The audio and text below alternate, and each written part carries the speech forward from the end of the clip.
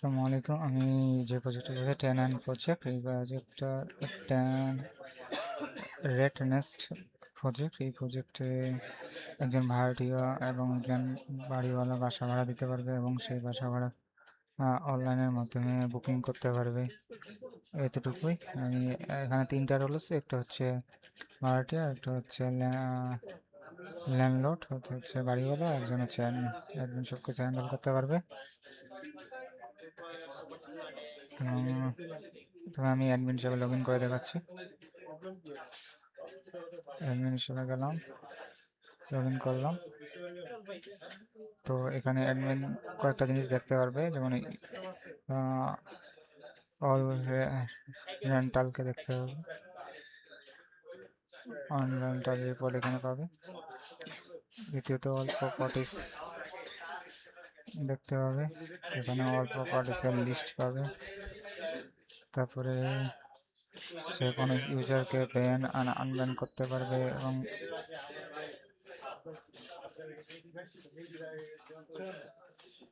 এবং ইউজারের লিস্ট দেখতে পাবে এবং ফিল্টার ওয়াইজ করতে পারবে এবং ফিল্টার ছাড়াও দেখতে পাবে। এতটুকুই অ্যাডমিন করতে পারবে। সেকেন্ড হচ্ছে ল্যান্ডলর্ড।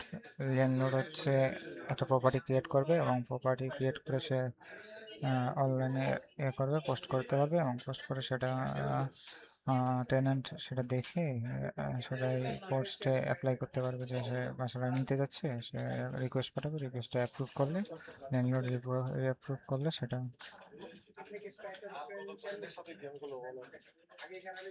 সেটা টেনেন্ট পেমেন্ট করে পারচেস করতে পারবে এবং সেটা বুকিং করতে পারবে। তো সেকেন্ড আমি ল্যান্ডলর্ড হিসাবে লগ ইন করলাম এবং লগ ইন করার পর ল্যান্ডলর্ড কী করতে পারবে? দ্বিতীয়ত হচ্ছে, প্রথমত হচ্ছে প্রপার্টি ক্রিয়েট করতে পারবে। প্রপার্টি অল প্রপার্টি ক্রিয়েট করতে পারবে। এখানে সাপোজ প্রপার্টি নাম্বার 3 দিলাম, দিয়ে এখানে ক্রিয়েট করতে পারলো, প্রপার্টি ক্রিয়েট করতে পারবে। তৃতীয়ত হচ্ছে প্রপার্টির লিস্ট দেখতে পারবে, ডিটেল দেখতে পারবে। এখানে আপডেট করতে পারবে অথবা এবিলিটি চেঞ্জ করতে পারবে, অ্যাভেলেবল আছে কিনা, এবং ডিলিট করতে পারবে। একে এই প্রেস করে ডিলিট করতে পারবে।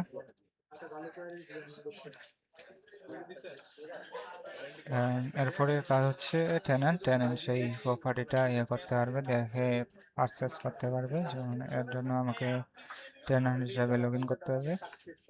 জাস্ট ক্লিক করলাম, করার পর টেনেন্ট হিসাবে লগ ইন করলাম। লগ ইন করার পর টেনেন্ট সেই প্রপার্টিগুলো সার্চ দিয়ে খুঁজবে। খোঁজার পর তাকে এই প্রপার্টিটা দেখবে যে অ্যাভেলেবল আছে কিনা।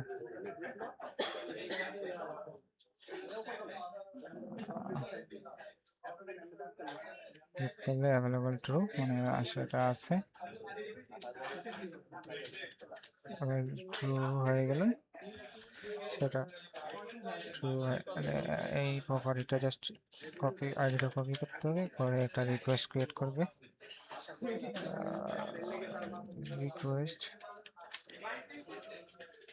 একটা রেন্টাল রিকোয়েস্ট ক্রিয়েট করলো, জাস্ট প্রপার্টি আইডিটা এখানে বসায় দিতে হবে।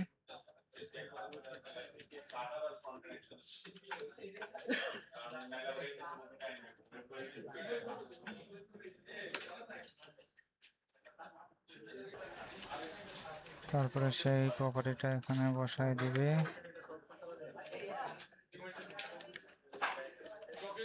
জাস্ট প্রপার্টি আইডিটা বসায় দিতে হবে এখানে, সেটা পারচেস করতে হবে।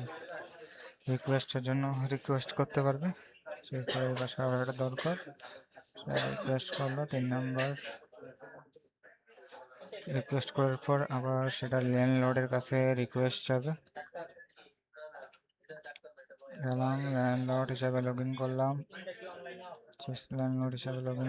করার পর ল্যান্ডলর্ড সেই রিকোয়েস্টটা দেখতে পাবে। রিকোয়েস্ট গেট ল্যান্ডলর্ড রিকোয়েস্ট, এখানে আসলে জাস্ট ক্লিক করলে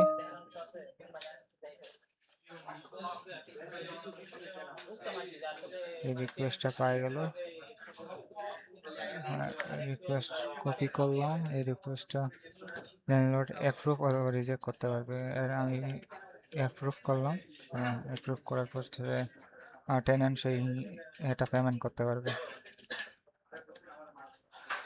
সেই প্রপার্টির জন্য পেমেন্ট করতে পারবে।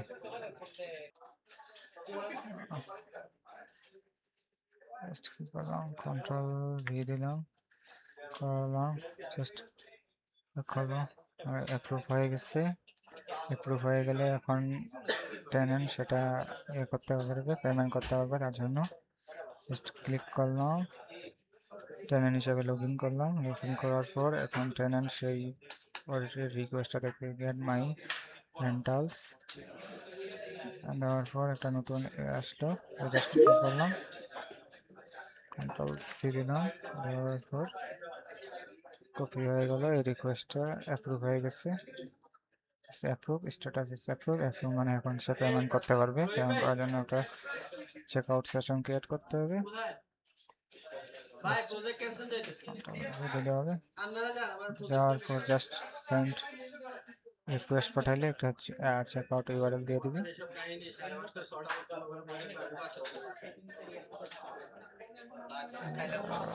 দেওয়ার পর এখানে চেক আউট সেশন দিয়ে দিলে জাস্ট এখানে ইমেল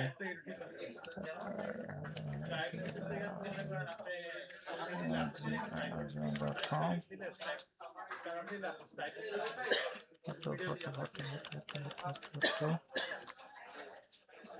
তারপরে কার্ডের ইনফরমেশন দিয়ে দিলাম। দেওয়ার পর জাস্ট পেমেন্ট করলে সেটা পেমেন্ট হয়ে যাবে। পেমেন্ট কমপ্লিট, সে পেমেন্ট করে পেমেন্ট পেজে নিয়ে আসবে। পেমেন্ট কনফার্ম হওয়ার পর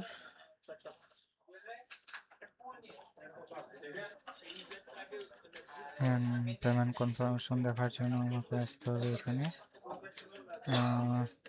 কনফার্মেশন, কনফার্মেশন আইডিটা বসে দিলাম। দিলেই দেখতে পাবো যে আমার পেমেন্টটা কি পেড হয়ে গেছে। পেড হয়ে গেছে। দ্বিতীয়ত হচ্ছে